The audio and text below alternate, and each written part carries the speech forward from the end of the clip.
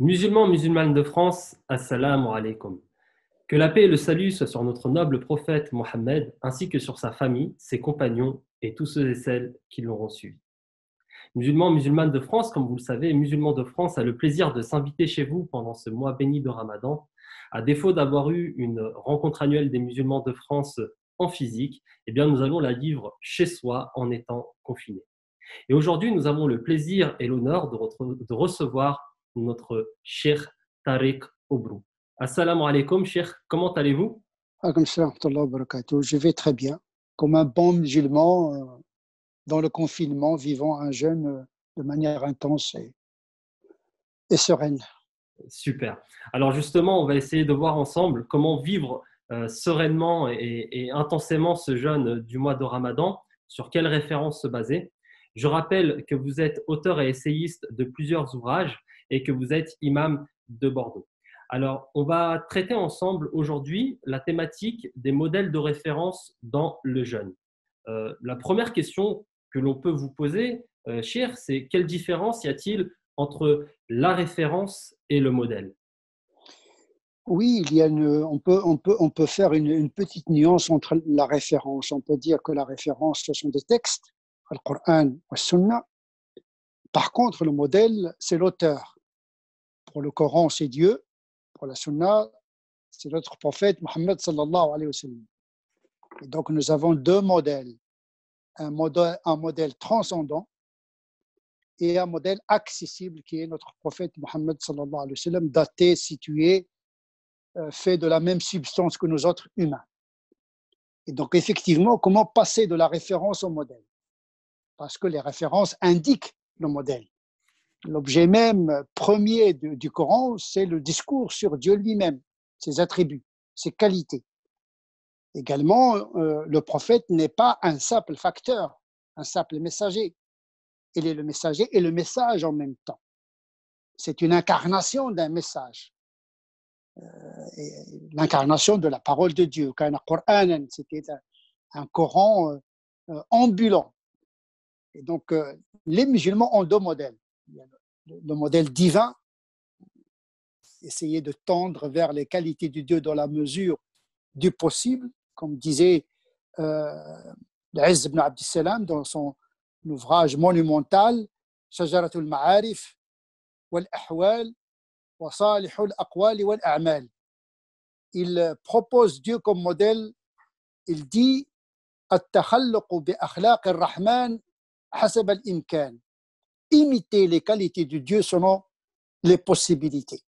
Et donc voilà un modèle transcendant. Et puis nous avons le prophète sallallahu alayhi wa sallam qui a incarné au mieux les qualités de Dieu. Puisque Dieu lui-même, il a créé l'homme à son image. Inna Allah khalaqa Adama ala surati. Inna ar-Rahman khalaqa Adama ala surati, selon les variantes. Et donc, nous sommes une miniature, une métaphore de ces qualités absolues.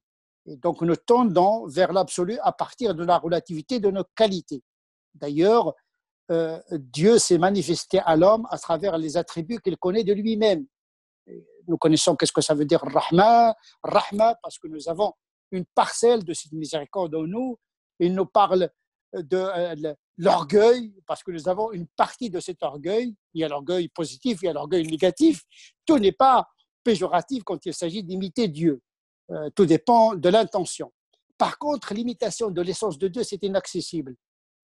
On peut imiter sifatul af'al, la sifatul dhat. On imite les actes de Dieu, mais pas l'essence de Dieu, parce que Dieu, de par son essence, est inaccessible. La même chose pour notre prophète, Mohammed sallallahu alayhi wa sallam. On saurait faire au prophète, mais on ne peut pas s'identifier au prophète. Il a un être singulier, on ne peut pas le reproduire à l'identique. Donc, référence ne va pas dire identification. Il s'agit d'imiter le modèle transcendant qui est Dieu et imiter le modèle accessible qui est le prophète Mohammed sallallahu alayhi wa sallam dans la mesure de possible en partant de notre singularité, puisque l'homme est, chaque être humain est créé unique à l'image de Dieu. Chacun est singulier. À partir de ça, cette singularité, nous accomplissons le jeûne, nous accomplissons les vertus, mais à partir de ce que nous sommes. Donc effectivement, dis-moi quel est votre modèle, dis-moi quel est ton modèle, je te dirai qui tu es. eh bien, plus le modèle est transcendant, plus la qualité, la vertu exigée acquiert une certaine valeur. Donc, il faut distinguer que la question de la référence et le modèle. Il ne faudrait pas concevoir Dieu comme un être très loin.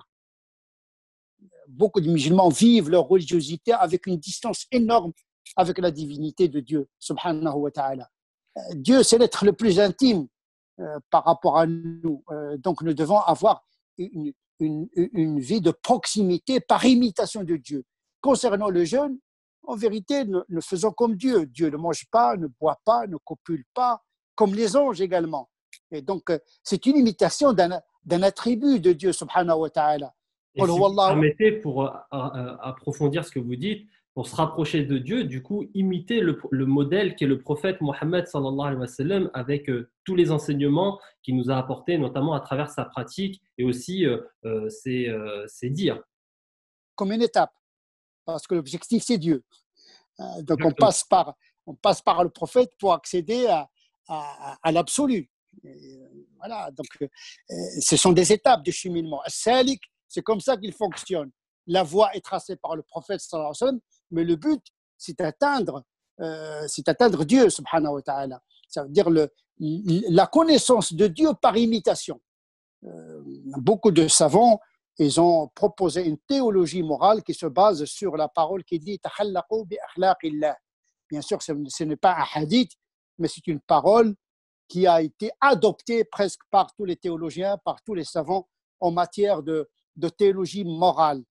L'imam al-Ghazali a commis un ouvrage qui s'appelle Al-Maqsidu al-Asna fi Sharh Asma'illah al-Husna. Il commente les attributs de Dieu et à la fin de chaque commentaire de chaque attribut, il dit voilà la part de l'homme qu'il doit réaliser en matière de cet attribut.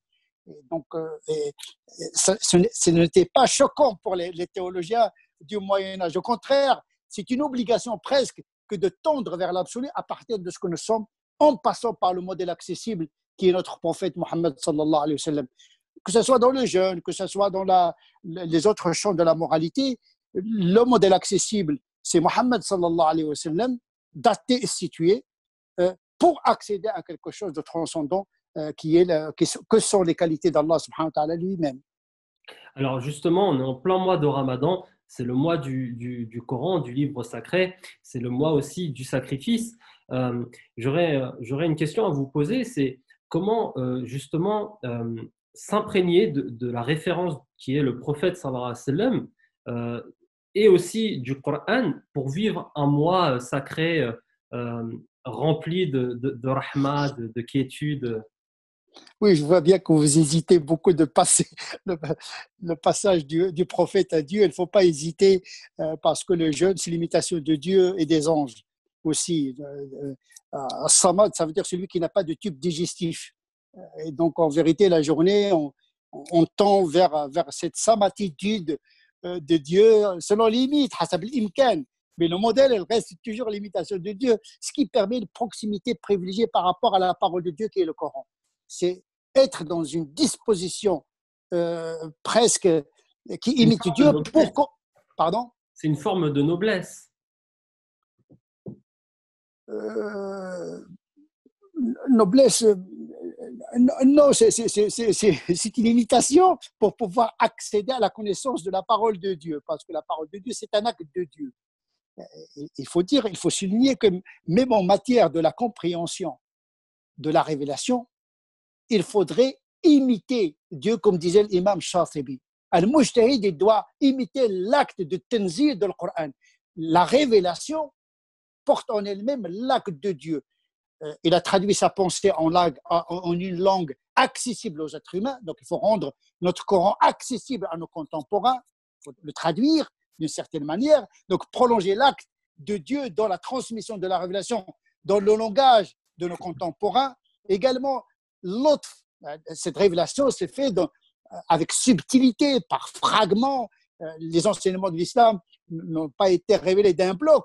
C'est-à-dire que le mujtahid, celui qui veut enseigner, il doit imiter le modèle de Tanzil du Coran. Et puisque nous sommes dans le mois de Ramadan, le mois de Tanzil, à cet égard-là, c'est aussi un moment de réflexion sur le Tenzil. C'est un moment d'étude. Le jeûne est accompagné toujours par la lecture du Coran en tant qu'acte liturgique, mais également à travers l'étude, puisque chaque Ramadan, le prophète sallallahu alayhi wa sallam révisait le Coran avec l'archange Gabriel chaque nuit. Donc effectivement, c'est un moment privilégié euh, qui permet aux musulmans d'accéder aux significations du Coran, mais à travers le jeûne, parce que le jeûne, il permet une disponibilité de l'esprit pour accéder au mystère de Dieu.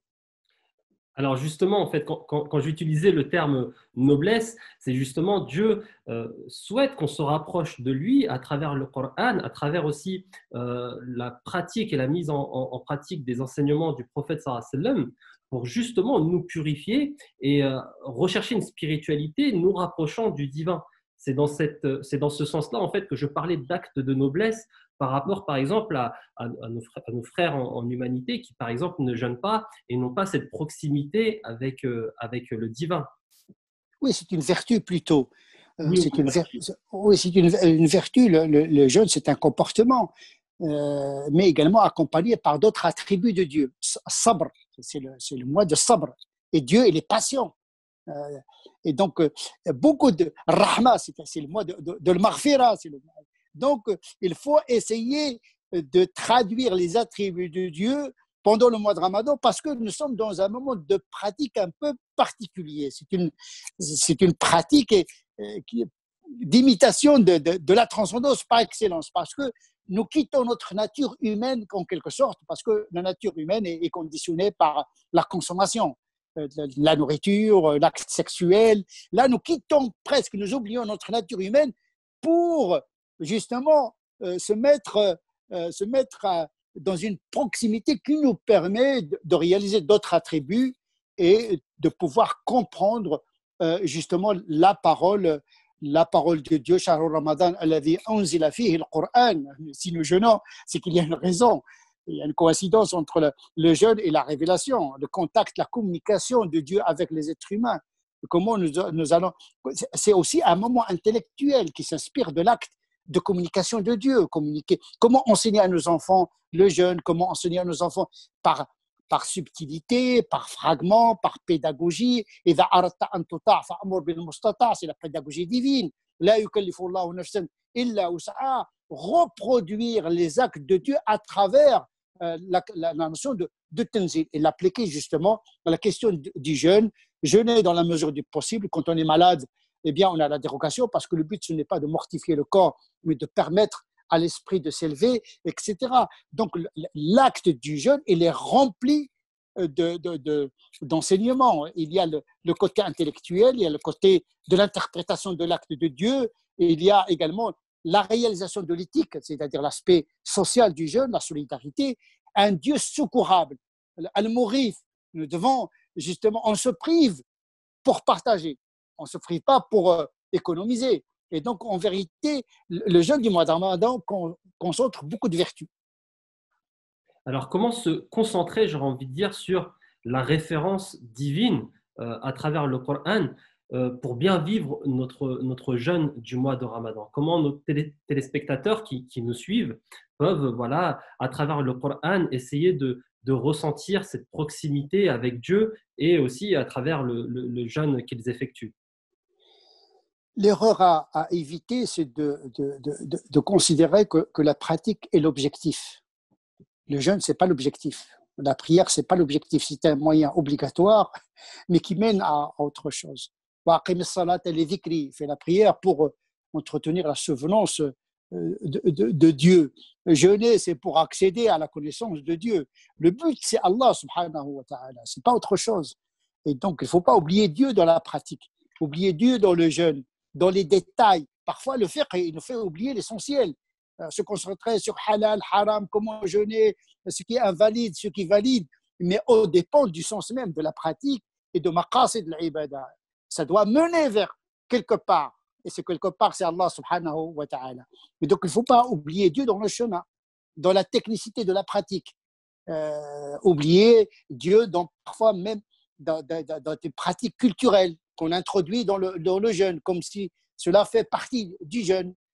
Et donc, effectivement, il faut un petit peu purifier notre pratique de ces, de ces pensées qui nous dévient du chemin de Dieu. Donc, il faut conscientiser le jeune. Nia, ce n'est pas quelque chose d'acquis une fois pour toutes. Il faut toujours, pendant le jeûne, ne pas oublier que nous sommes Alors, dans un moment de jeûne. concrètement, qu'est-ce que vous pouvez conseiller ou recommander à nos téléspectateurs justement pour s'imprégner au plus de ce jeûne si, s'il y a des formes d'invocation à faire, des formes de prière à faire, en plus que de simplement s'abstenir de manger et de laisser passer. C'est déjà pas mal pour beaucoup de musulmans. Ce n'est pas évident pour beaucoup de nos coreligionnaires de jeûner. C'est une pratique qui demande beaucoup d'efforts.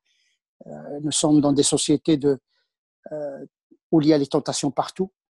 Nous sommes dans des sociétés de consommation. Nous sommes bombardés par des stimuli et des excitants. Aujourd'hui, le musulman qui pratique même l'aspect le plus élémentaire du jeûne a beaucoup de mérite aux yeux de Dieu parce qu'il fait beaucoup d'efforts. Et ça, il ne faut pas le sous-estimer. Quelqu'un qui jeûne pour Dieu, c'est quelque chose de considérable à notre époque. Donc, il faut valoriser cette pratique. Par contre, il faut l'améliorer. Ça dépend du rythme de chacun parce qu'aujourd'hui, on parle à des musulmans qui n'ont pas le même rythme spirituel, qui n'ont pas le même rythme des pratiques. Donc, il faut faire attention. Il ne faut pas encombrer les musulmans par des pratiques surrogatoires. Il ne faut pas charger les musulmans. Il faut le laisser se concentrer sur ce qui est simple. Jeûner, éviter les péchés, essayer de pratiquer déjà les 5 prières à l'heure. Le confinement est un avantage à cet égard. Et donc, voilà, c'est un moment également qui nous offre une opportunité d'être assidus dans les prières. Moi, je ne demande même pas de tarawih, je demande aux musulmans de respecter les 5 prières dans leur temps. C'est déjà pas mal. Se concentrer sur l'obligation. Parce qu'attention, c'est bien le nawafil, mais quand on se perd dans les nawafil au dépend des obligations, on perd l'essentiel. Mon serviteur ne peut pas s'approcher de moi, se rapprocher de moi, si ce n'est qu'à travers les obligations d'abord.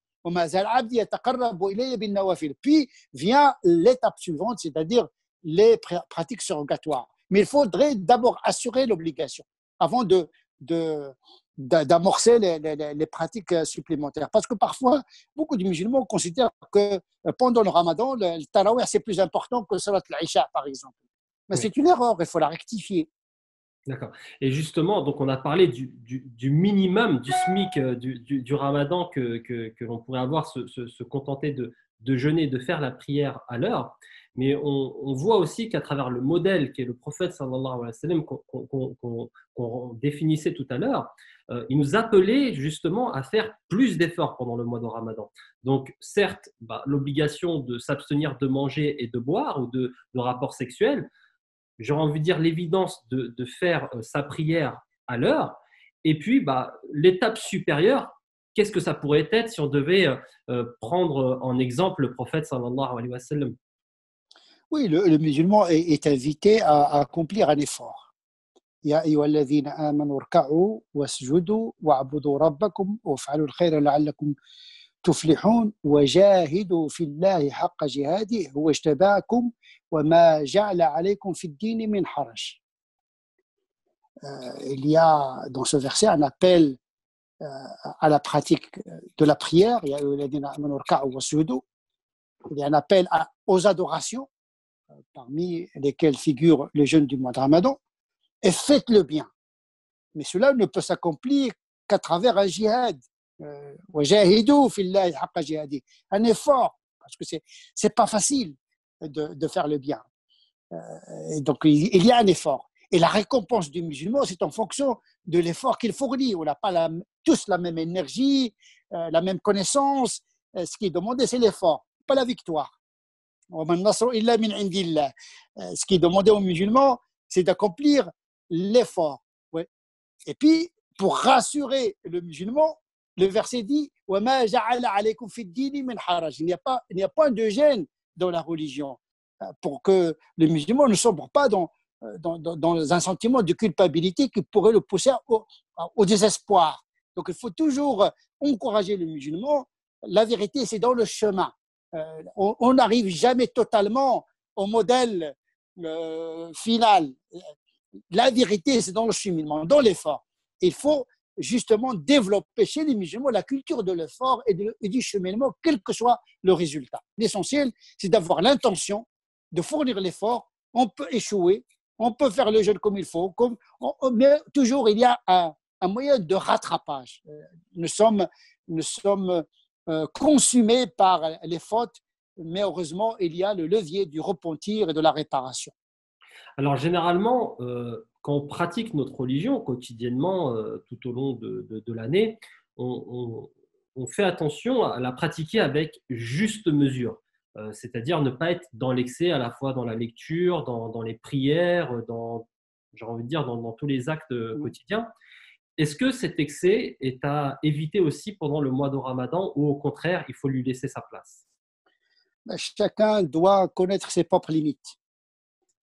Nous avons un modèle, le prophète sallallahu alayhi wa sallam, accessible, mais si vous remarquez le comportement des compagnons à son égard, le degré de référence n'est pas le même selon le niveau spirituel et selon le tempérament. Le tempérament d'Abu Bakr, ce n'est pas le tempérament d'Omar ibn Khattab, ce n'est pas le tempérament d'Abu Dharr. Nous avons également des modèles accessibles que sont les compagnons du prophète sallallahu alayhi wa sallam, qui ont traduit cette référence au prophète sallallahu alayhi wa sallam selon leur singularité.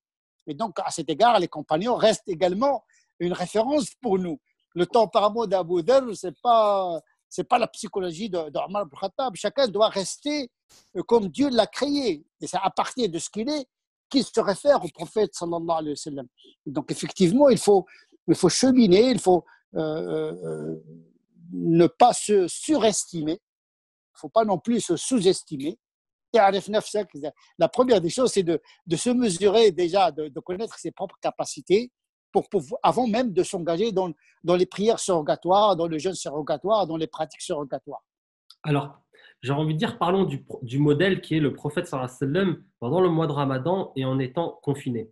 On le sait très bien que la prière de Tarawih à la mosquée n'est pas une obligation, c'est une recommandation, c'est quelque chose de très bénéfique pour le musulman. Et puis, étant donné que nous sommes confinés, nous ne pouvons pas pratiquer cette prière de Tarawih à la mosquée. Alors, à travers le prophète sallallahu alayhi wa sallam, est-ce qu'il avait l'habitude, justement, pendant le mois de Ramadan, de ne pas aller à la mosquée, l'habitude où ça lui arrivait à certains moments de ne pas aller pratiquer la prière de Tarawih à la mosquée pour justement rester auprès de sa famille pour peut-être faire d'autres actes d'adoration? Tout d'abord, il faudrait rappeler qu'en matière de prière, seules les 5 prières sont obligatoires. Donc peut-être il faut rappeler qu'il y a 5 prières qui sont obligatoires. Si nous arrivons à nous concentrer comme il se doit sur ces 5 prières pendant le mois de Ramadan, le reste sera très facile. Brûler les étapes, c'est justement ce qui fait l'épuisement dans le cheminement. D'abord, se concentrer sur le fara'id. Et si on veut faire tarawih, d'abord, il faudrait rappeler que le prophète sallallahu alayhi wa sallam faisait tarawih chez lui. D'ailleurs, le prophète, il faisait qiyam al-layl pendant toute l'année. Il n'a pas réservé qiyam al-layl uniquement à Ramadan. Il ne dépassait pas les 8 rak'at avec shaf' al-witr. Si l'on se réfère au modèle, il le faisait chez lui. C'est à l'époque d'Omar ibn Khattab que les musulmans, justement, se sont organisés à ce que les prières de nuit s'organisent dans les lieux de culte. Donc, retrouvons le modèle initial qui est le fait d'accomplir Qiyam al-Layl dans les maisons.